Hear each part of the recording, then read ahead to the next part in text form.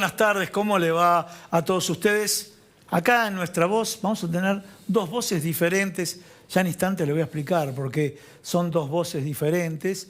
Una semana muy cargada de información y en este contexto donde se cargó tanta información política y económica, todo tiene que ver con todo, ¿no? Obviamente cuando en instantes hablemos de la situación, el mundo post-COVID está relacionado, y en instantes cuando hablemos de la recuperación del espacio público también tiene su impacto con las distintas aristas. Pero ya mismo estoy presentando a Julián Rebón, muchas gracias por estar acá. Es sociólogo y doctor en Ciencias Sociales. Y Antolín Magallanes, director general de Gestión Política y Social de ACUMAR, ¿sí? Que es la autoridad de la cuenca Matanza-Riachuelo. Y acá, a ver si me poncha la cámara, estamos presentando este libro, ya lo vamos a mostrar al final, pero participación social y recuperación del espacio público. Fíjense estos temas que tanto nos importa a nosotros. Bueno, mundo post-COVID. Durante el COVID dijimos, vamos, después del COVID el mundo va a ser mejor. Hoy veo lo que está pasando en el mundo y lo pongo en duda y te arranqué con esta provocación. Bueno, me parece una gran provocación de difícil respuesta, como las grandes provocaciones, por supuesto. El COVID obviamente fue una crisis general del orden social y en particular en nuestro país que se vinculó a una crisis previa, ¿no? Lo cual obviamente fue una situación compleja con distintas dimensiones de crisis, económica, social, sanitaria, ¿no? que fue un impacto muy fuerte en conjunto de dimensiones sociales. Hoy podemos decir que esa etapa de la crisis hay una recuperación en distintas dimensiones. Las crisis no necesariamente, muchas veces constituyen oportunidades de cambio, muy pocas veces se materializan en el sentido que los actores sociales desean, ¿no? Esa es la verdad. Si después de esta crisis salimos mejor y vos decís, bueno, mira, es muy difícil salir mejor porque tuviste un deterioro social muy fuerte, en el caso particular de Argentina, pero en general en América Latina, claro, más allá de las distintas políticas, algunos gobiernos con políticas más paliativas, por ejemplo el argentino, que no es que evitó el deterioro social, permitió una rápida recuperación económica que no es necesariamente lo mismo, ¿no? Pero con un montón de complejidades, porque esa política que se hizo sanitaria, las políticas de restricciones, en un contexto social muy difícil, también tienen costos políticos altos, ¿no?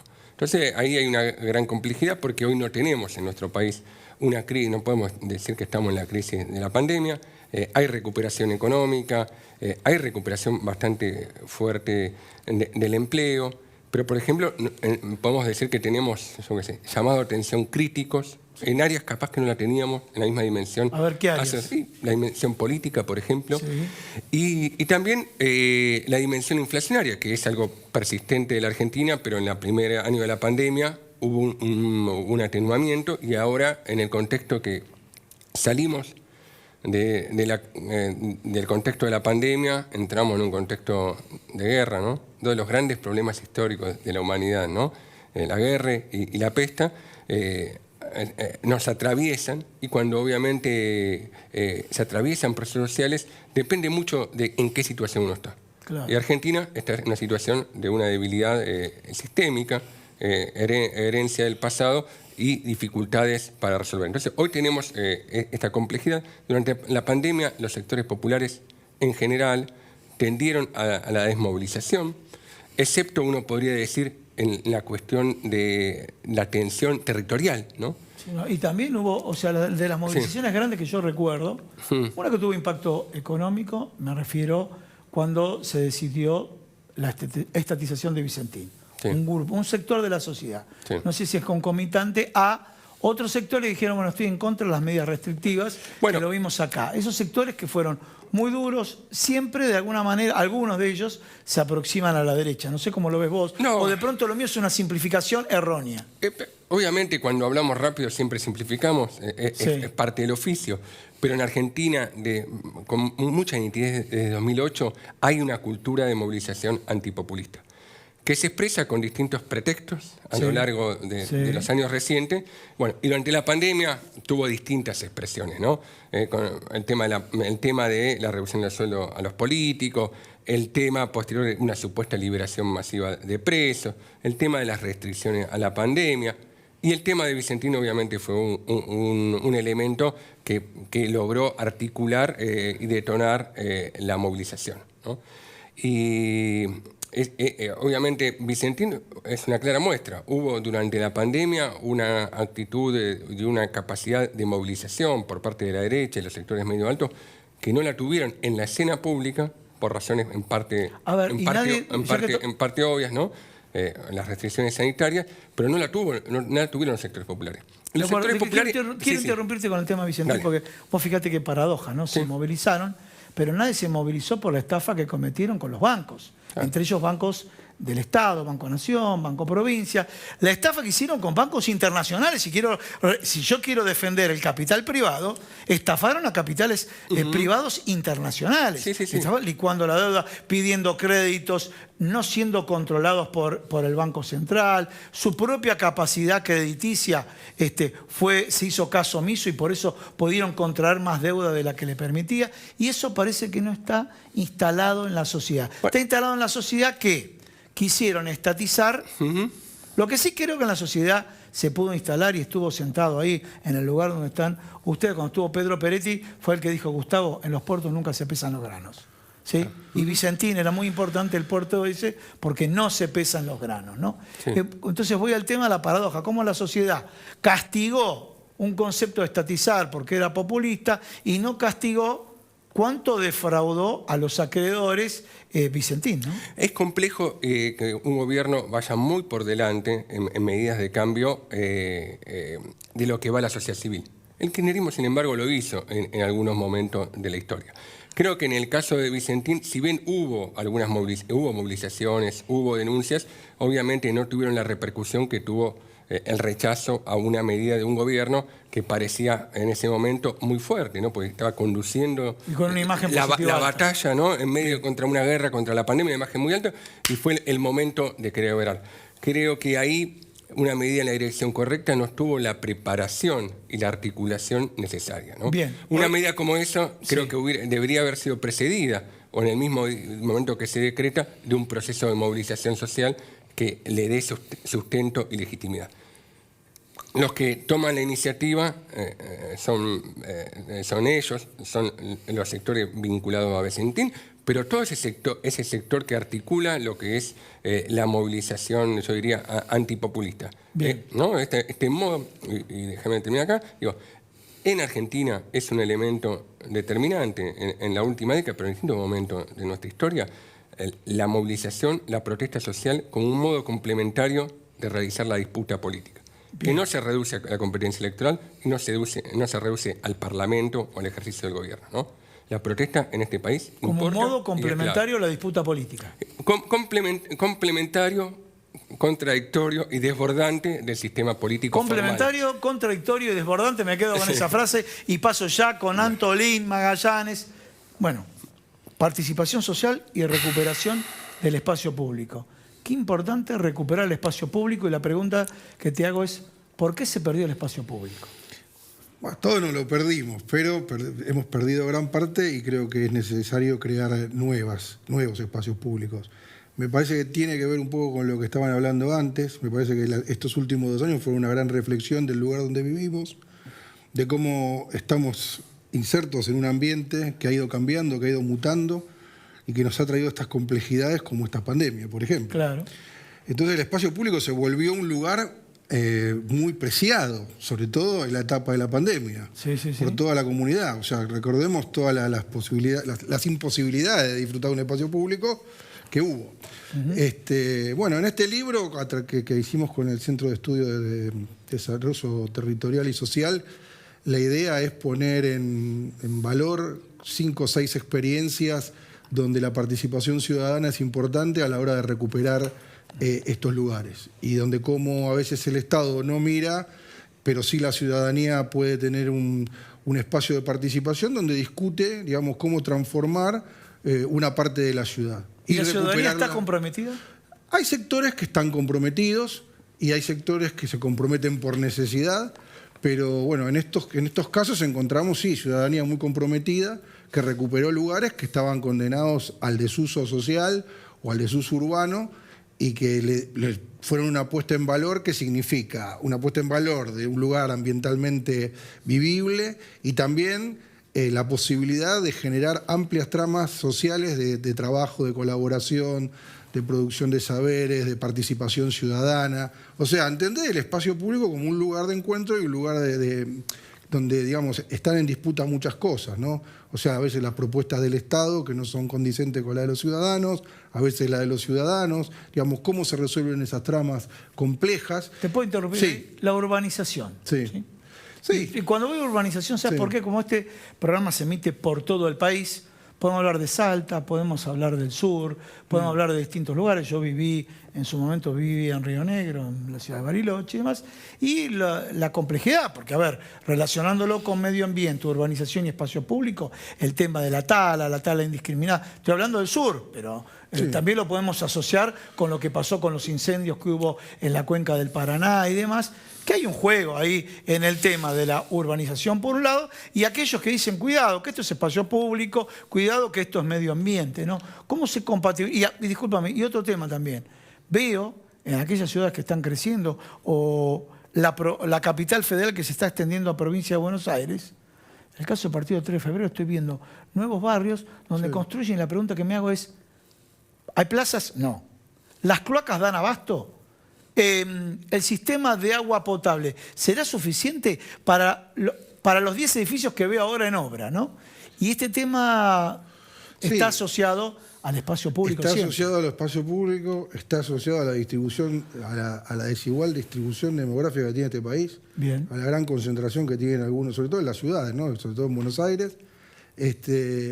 Y obviamente que el proceso de urbanización es un proceso que se da en territorios que están en disputa, como lo decís en estos lugares. Acá en Buenos Aires este año el año pasado estuvo la disputa por el tema del Río de la Plata y su acceso al Río de la Plata, que tuvo mucha participación ciudadana y en muchos otros lugares del país esto también se reproduce. Pero lo que sí es cierto es que hay un ordenamiento del territorio que hay que pensar. Bien. O sea, todo lo que es el periurbano, todo lo que es, puede ser recién la zona conurbana de la Ciudad de Buenos Aires, bueno, ahí intervenimos con ACUMAR directamente, trabajamos con esto y es un gran problema porque si eso no se ordena territorialmente, bueno, estamos generando un gran desfasaje ambiental en esos lugares. Es decir, por falta de infraestructura se poblan lugares donde no hay infraestructura, bueno, o hay que hacer llegar la infraestructura o generar un ordenamiento del territorio donde la población se ubique en lugares que puedan ser vivibles. Claro. Este es un gran problema, el tema del suelo, el tema de la propiedad de la tierra, el tema del acceso a la vivienda. Digamos, son grandes temas del país que hay que ir tomando. Nosotros en la experiencia que estamos haciendo en lo que es la cuenca Matanza-Riachuelo es uno de nuestros temas, ordenamiento del territorio, hábitat, vivienda. Bueno, contame un poquito a ver, ya que estamos en medio ambiente, ahora quiero meterme. Sí. ¿Cómo anda el Riachuelo? Mejor. Vos decís mejor, pará, discúlpame. Yo le quiero comentar a todos ustedes, vos que vivís en la ciudad de Sunchales, vos que vivís en Rafaela, vos que vivís en Córdoba, o en Villa María, Córdoba Capital, Villa María, o en San Luis y demás, y de pronto uno, bueno, escucha ciertos temas, pero el tema del medio ambiente es un tema no excluyente. Y cuando uno dice Riachuelo, dice, han avanzado. Riachuelo, la señal o el preconcepto que tenés es agua podrida. Discúlpame, no te ofendas. No. Sí, y bueno, quiero ver qué es lo que nos transferiza a nosotros. No, hace muchos años que ando con este tema y he sido vecino y soy vecino del Riachuelo. Digo, o sea, en este programa, discúlpame, hicimos una nota en Villa Inflamable. Ah, mirá qué bien. En Villa Inflamable para este programa. ¿Sí? Mirá qué bien. Sí, estamos trabajando con Villa Inflamable también. Bueno, a ver, en esta gestión que iniciamos hace 2 años también, paradójicamente al iniciarla nos tocó la pandemia y básicamente nos abocamos de entrada a tomar muchos de los temas que tenían que ver con salud. Claro. Sobre todo porque tenemos una planta de trabajadores de la salud que conoce muy bien el territorio y tenía mucho acceso a la población como para poder prevenir o poder llevar adelante los planes que tenían que ver con la salud pública. Pero por otro lado, digamos, hay distintos proyectos que se están llevando adelante, sobre todo 3 importantes, que son muy importantes para nosotros, al margen de todo lo que tiene que ver con la vivienda, con lo social, que son el sistema Riachuelo, que es el colector margen izquierdo, que es un gran ducto, digamos, que va a colectar todo el líquido cloacal que va al Riachuelo. Hoy por hoy el 70% de la contaminación del Riachuelo es cloacal. Entonces, bueno, esa gran obra que se está haciendo con AISA, que se tiene que inaugurar para el 2023, digamos, va a ayudarnos a tener mayor disponibilidad para mayor cargas cloacales en distintos lugares, y eso va a aliviar, digamos, la contaminación del río. El otro es uno que se cumple esta semana. Mañana es el jueves, se hace el último remate en el mercado de Liniers. Sí. Y el mercado de Liniers se muda a la zona de Cañuelas. La mudanza, sí. Bueno, esto es una gran noticia para nosotros porque es algo que venimos persiguiendo desde hace mucho y se va a dar. Y el mercado de Liniers, el de Hacienda de Liniers, era ganado en pie dentro de la ciudad, que ya no puede entrar más, y era un gran contaminante del arroyo Sildañez, que es un arroyo subsidiario del Riachuelo. Sí. Aparecían animales flotando por ahí. Sí, pero también, digamos, sobre todo la carga másica del ganado que iba ahí. En otra época degradó el ambiente porque era un matadero eso, y toda la sangre, entraña animal, todo iba al Riachuelo. Sí. Pero hoy eso, digamos, va a sacar un gran contaminante del río. Y el otro es el avance que estamos teniendo con la planta industrial del polo curtidor, claro, que se está haciendo en la zona de Lanús, donde ahí la idea es concentrar todo lo que son las curtiembres, que son una de las industrias, digamos, que más hay que vigilar y más cuidar, precisamente por el tema de contaminación, y eso se va a tratar en un solo lugar y va a generar también una gran mejora. A esto están los planes de AISA, que avanza con temas de agua y cloacas y todas estas cuestiones, y los temas de vivienda. Es decir, que la idea nuestra es ir cumpliendo estos procesos de grandes temas, a la vez que vamos atendiendo temas de salud, temas sociales y otros temas. Pero esto, digamos, va a generar una gran mejora en el río. Que la vemos, digamos, yo a veces uno tiene ciertas percepciones porque, digamos, anda en la zona o porque recibe información o porque los vecinos ya nos empiezan a mandar información de apariciones de fauna, de cierto tipo de plantas, de flora nativa que se empieza a recuperar, o muchas cosas que empiezan a aparecer a medida que se deja de contaminar. O sea, a medida que se deja de contaminar, la naturaleza empieza a hacer tu trabajo. Y también, digamos, espacios naturales que tiene la cuenca que pocos conocen, que hay que trabajar para cuidar, como son las áreas protegidas que tiene la cuenca.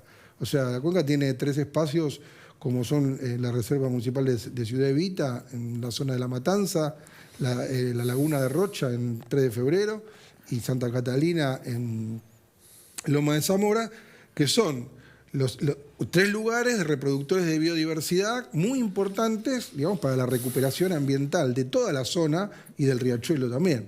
El tema es que eso antes de la ciudad quedaba muy lejos. Claro. Y hoy casi está dentro de la mancha urbana. Está dentro. Entonces se hace difícil cuidar lugares donde lo urbano avanza sobre esos lugares. Entonces no es que tampoco esos lugares tienen que estar sin gente, sino que tiene que haber una convivencia. Y te interrumpo ahora. Y la población tiene conciencia, y te voy a decir algo, siempre en periodismo no conviene proyectar lo propio, pero, por ejemplo, a través de mis hijos me hicieron concientizar en la clasificación de residuos.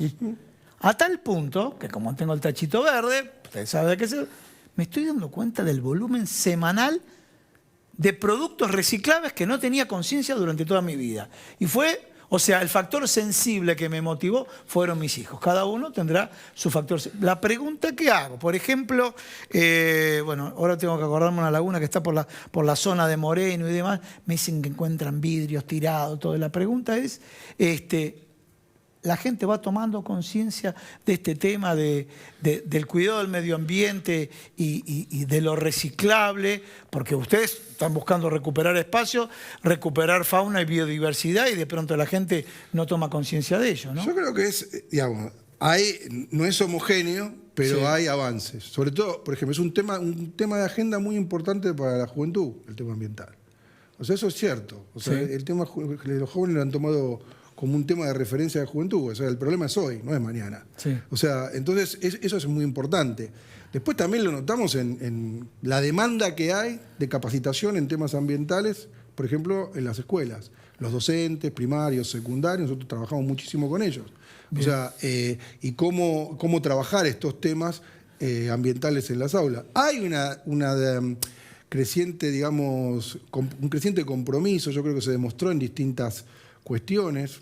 Por ejemplo, el año pasado, la cantidad de gente que se anotó, por ejemplo, en la ciudad de Buenos Aires para participar de la audiencia pública que discutía el Parque de Costa Salguero en la Costanera, fue muy importante. Eso nunca pasó en la ciudad de Buenos Aires. Sí. Y fue de manera virtual. Pero sí es cierto también que hubo muy pocos colectivos sociales, digamos, que se pronuncien masivamente por problemáticas ambientales. Eso sí es cierto. Bien. Digamos. Hay como una predisposición a veces hasta políticamente correcta de que estamos con estos temas, pero después el compromiso no es tan masivo. Bien, clarísimo. Me gustó. Bueno, dijimos pospandemia, ¿no? Sí, pero pospandemia, la actualidad. La actualidad, mira, te voy a meter en un terreno que no te va a gustar, pero después te voy a sacar del terreno después. Bueno, sí, pero que te voy a sacar del terreno. ¿A qué voy? Estamos viendo, bueno, se suma la guerra, pospandemia más la guerra. Pospandemia más la guerra, tenemos fuertes devaluaciones, fuertes sube de precios en el mundo. En la República Argentina, como la argentinidad es al palo, multiplicamos el escenario inflacionario. Bueno, en esta pospandemia, este contexto donde se visualiza, nos enteramos estos días la cantidad de gente que no tiene acceso a la comida en Inglaterra. En Inglaterra, no en Colombia, no en Argentina, no en Chile, en Inglaterra, donde pensamos que este tema, inclusive hablan de comedores para poder asistir a esta persona que está pensando Boris Johnson. Bueno, ¿cómo desde el punto de vista sociológico, qué es lo que ha generado estos ejes fundamentales? Pandemia, que es lo que ninguno de nosotros tres conocimos, y guerra, nos contaron, a mí, en mi caso mi abuela, que se vino de la Guerra Civil Española, que se vino acá, ¿no? Pero que no lo hemos vivido. Un cierre con ese tema. No, la pandemia es un horizonte y un momento de gran incertidumbre, ¿no? Lo que venimos en la pandemia es que era incertidumbre, que nunca podíamos decir cuándo iba a cambiar. La guerra hoy es ajena a la mayoría de la población en su vicisitud, pero no en su resultante, ¿no? Sí, tiene un impacto en su vida. Ahora, en términos generales, creo que estamos en una etapa histórica en América Latina y en Argentina de incertidumbre, ¿no? Sí. Es un momento de cambio, de transición, pero sin horizontes, ¿no? Sin horizontes, ¿no? Sin horizontes claramente definidos. Y eso me parece que aquel que logre construir un orden y una direccionalidad del cambio es el que va a poder protagonizar el futuro, ¿no? Entonces ahí están las complejidades de este momento en nuestra América, que pasa en Argentina, pasa en Chile, pasa en distintos momentos, ¿no? Cómo construir un orden post-pandemia que revierta el deterioro social, acá agravado por la situación estructural que tenemos, término inflacionario, ¿no? Entonces, ¿cómo se construye ese orden que incorpore a otros sectores sociales?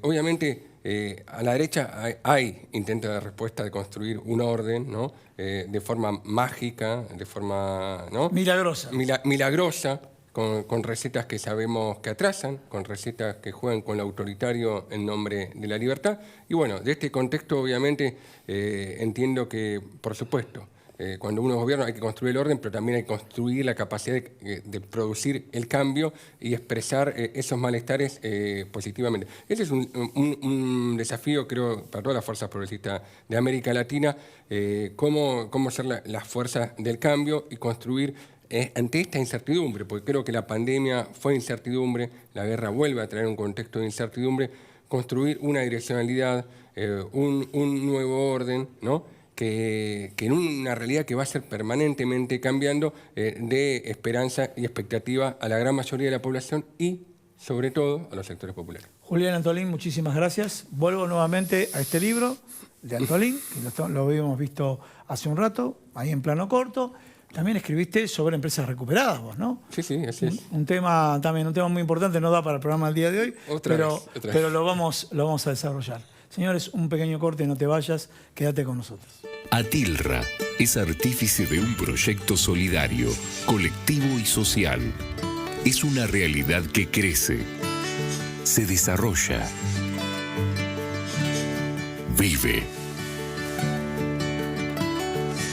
y se multiplica, pero sobre todo permanece en el tiempo. Atilra, Más de 70 años sembrando de sueños el camino.